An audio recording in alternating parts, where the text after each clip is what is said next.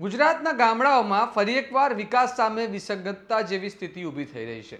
એક તરફ વીજળીના વિકાસના મોટા પ્રોજેક્ટ્સની જાહેરાતો થઈ રહી છે, તો બીજી તરફ તે જ પ્રોજેક્ટ્સની સીધી અસર સહન કરતા ખેડૂતોમાં ચિંતા અને રોષ વધી રહ્યો છે। Power grid corporation limited KPS3 HVDC transmission line હવે રાજ્યના અનેક ગામોમાં ચર્ચાનો વિષય બની છે, કારણ કે આ પ્રોજેક્ટ્સ માત્ર તાર અને ટાવર પૂરતા મર્યાદિત નથી, પરંતુ ખેતી, જમીન અને જીવન પર સીધી અસર સાથે જોડાયેલો મુદ્દો બની રહ્યો છે। આ મામલે હવે ગુજરાત કિસાન સંઘર્ષ સમિતિ અને ખેડૂત નેતાઓ મેદાને આવ્યા છે અને અમદાવાદ ખાતે મોટી સંખ્યામાં રજૂઆત કરવા એકત્રિત થવાના છે। શું છે સમગ્ર મામલો? આવો વિગતે વાત કરીએ આ અહેવાલમાં। નમસ્કાર, હું ચિરાગ વર્ષાબેન, આપ જોઈ રહ્યા છો સ્વમાન। ગુજરાતમાં હાલ ટ્રાન્સમિશન લાઇન માટેનું જાહેરનામું પ્રસિદ્ધ થતાં જ ખેડૂતોમાં ચિંતા પ્રસરી ગઈ છે। ગુજરાતના કુલ 8 જિલ્લાઓ એટલે કે કચ્છ, મોરબી, સુરેન્દ્રનગર, અમદાવાદ, વડોદરા, ખેડા અને સુરતના 26 તાલુકાના 497 ગામોને આવરી લેતી આ યોજના અંતર્ગત સર્વે અને લાયસન્સ પ્રક્રિયા હાથ ધરવામાં આવી રહી છે। આ project 2500 મેગાવોટનો HVDC high voltage direct current system છે, જે કચ્છના ખાવડા રિન્યુએબલ એનર્જી પાર્કથી સુરતના ઓલપાડ સુધી લગભગ 1200 કિલોમીટર લાંબી લાઇન પસાર કરશે। આ સમગ્ર પ્રોજેક્ટ અંતર્ગત ઇલેક્ટ્રિસિટી એક્ટ 2003ની કલમ 164 હેઠળ સત્તાઓ મેળવવા માટે જાહેરનામું બહાર પાડવામાં આવ્યું છે, જેમાં 2 મહિનાની અંદર વાંધા રજૂ કરવાની જોગવાઈઓ છે। આ જાહેરનામા બાદ હવે અસરગ્રસ્ત વિસ્તારોમાં ખેડૂતો સક્રિય થયા છે। ગુજરાત કિસાન સંઘર્ષ સમિતિ અને દક્ષિણ ગુજરાત ખેડૂત સમાજ ગુજરાતના નેતૃત્વ હેઠળ ખેડૂતો એકજૂટ થઈ હવે માત્ર રજૂઆત પૂરતા નહીં, પરંતુ સંગઠિત રીતે વિરોધ નોંધાવવા તૈયારી બતાવી રહ્યા છે। ખેડૂતોનું કહેવું છે કે આ ટ્રાન્સમિશન લાઇન માટે ઊભા થનારા ટાવરો અને પસાર થતી હાઈ વોલ્ટેજ લાઇનો ખેતી માટે જોખમરૂપ બની શકે છે। ઘણા વિસ્તારોમાં પાકને નુકસાન, જમીનની કિંમતમાં ઘટાડો અને લાંબા ગાળે આરોગ્ય પર પડતી અસર અંગે પણ ખેડૂતો ચિંતિત છે। ખાસ કરીને જ્યાં લાઇનો ખેતીની વચ્ચેમાંથી પસાર થવાની છે, ત્યાં ખેડૂતોને પોતાની જમીન પર મર્યાદાઓનો સામનો કરવો પડી શકે છે। નિષ્ણાંતો પણ માને છે કે રાઇટ ઓફ વે મુદ્દાઓ, જમીન માલિકીનો વિરોધ, વળતરના વિવાદો અને લિટિગેશનને કારણે દેશભરમાં ટ્રાન્સમિશન પ્રોજેક્ટ્સના કમિશનિંગમાં વિલંબ થઈ રહ્યો છે। આ ઉપરાંત ખેડૂતોનો આક્ષેપ છે કે આવા પ્રોજેક્ટ્સમાં સ્થાનિક લોકોની સંમતિ અને યોગ્ય વળતરનો મુદ્દો પણ અસ્પષ્ટ રહેતો હોય છે। જોકે ગુજરાત સરકારના એનર્જી એન્ડ પેટ્રોકેમિકલ ડિપાર્ટમેન્ટ દ્વારા તાજેતરમાં જ વળતરની માર્ગદર્શિકામાં સુધારો કરવામાં આવ્યો છે। જો ખેડૂતો ઓછા વળતરથી અસંતુષ્ટ હોય તો કલેક્ટરની આગેવાની હેઠળની જિલ્લા લેન્ડ વેલ્યુએશન કમિટી અંતિમ વળતર નક્કી કરશે। આ છતાં અગાઉના કેટલાક પ્રોજેક્ટ્સમાં થયેલા અનુભવને ધ્યાને લઈને ખેડૂતોમાં અવિશ્વાસનો માહોલ જોવા મળી રહ્યો છે।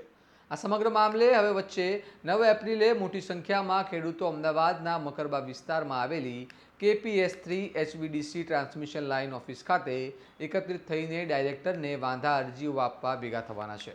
અને આ માત્ર ઔપચારિક પ્રક્રિયા નહીં, પરંતુ એક પ્રકારનું શક્તિ પ્રદર્શન પણ માનવામાં આવી રહ્યું છે।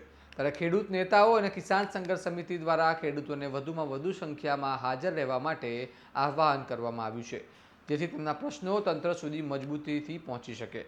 સાંભળવા મામલે ખેડૂત નેતા પાલ આંબલિયા શું કહી રહ્યા છે।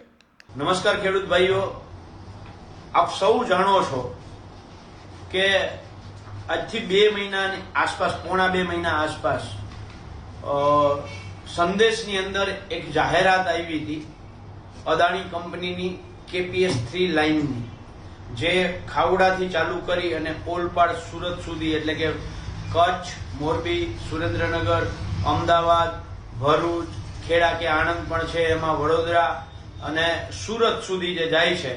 આ ટોટલ 8 જિલ્લાના 26 તાલુકાના 497 ગામો જે છે એ આમાંથી પ્રભાવિત થાય એવી એ જાહેરાત હતી। તેની સામે ગુજરાત કિસાન સંઘર્ષ સમિતિની આખી ટીમે એક મેઇલ તૈયાર કર્યો હતો, જે વાંધાઓ લેવાના હતા એ વાંધાઓના, અને આપણે બધાએ એ વિસ્તારમાંથી ખેડૂતોએ મેઇલ કર્યા છે। અમારે જયેશભાઈ સાથે વાત થયા પછી જયેશભાઈએ હાર્ડ કોપીમાં પણ વાંધા, એટલે આપણે રૂબરૂ જઈ અને વાંધા રજૂ કરી શકીએ એના માટેની પણ તૈયારી કરી છે। અને એ આ વાંધા રજૂ કરવાની જે છેલ્લી તારીખ છે એ આવતી 12 તારીખ છે, પણ આપણે 12 તારીખ સુધી રાહ નથી જોવી।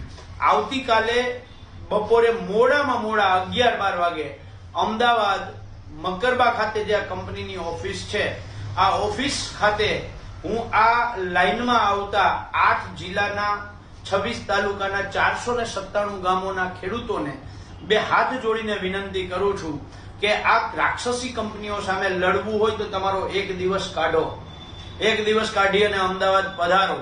હું કદાચ નહીં પહોંચી શકું, એટલા માટે નહીં પહોંચી શકું કે અત્યારે તમે સમજો છો ચૂંટણીની જે પરિસ્થિતિ છે એની વચ્ચેથી નથી નીકળી શકું એમ. પણ આપ સૌ ખેડૂત ભાઈઓને વિનંતી છે કે આવતીકાલે બપોરે મોડામાં મોડા 11 થી 12 વાગે મકરબા અમદાવાદ ખાતે આ KPS 3 ની જે વીજ લાઈન છે એની સામે આપણે રૂબરૂ હાથો હાથ આવી રીતે વાંધાઓ રજૂ કરવા જવાના છે. તો હું ખેડૂતોને વિનંતી કરું છું કે વાંધાઓ તૈયાર કરીને આખી ટીમ ત્યાં હશે. તમારે ખાલી નામ ગામ અને એની સહી જ કરવાની છે. જે ખેડૂતોએ જાગૃતિ બતાવી અને કંપનીની ઓફિસે ગયા હતા અને કંપનીએ જવાબ આપ્યા છે એ પણ આપ જાણો છો. એટલે વારંવાર વિનંતી છે કે આવતીકાલે તમારો એક દિવસનો સમય કાઢી અને બપોરે 12 વાગે અમદાવાદ મકરબા ખાતે અવશ્ય પધારો. જય જવાન, જય કિસાન.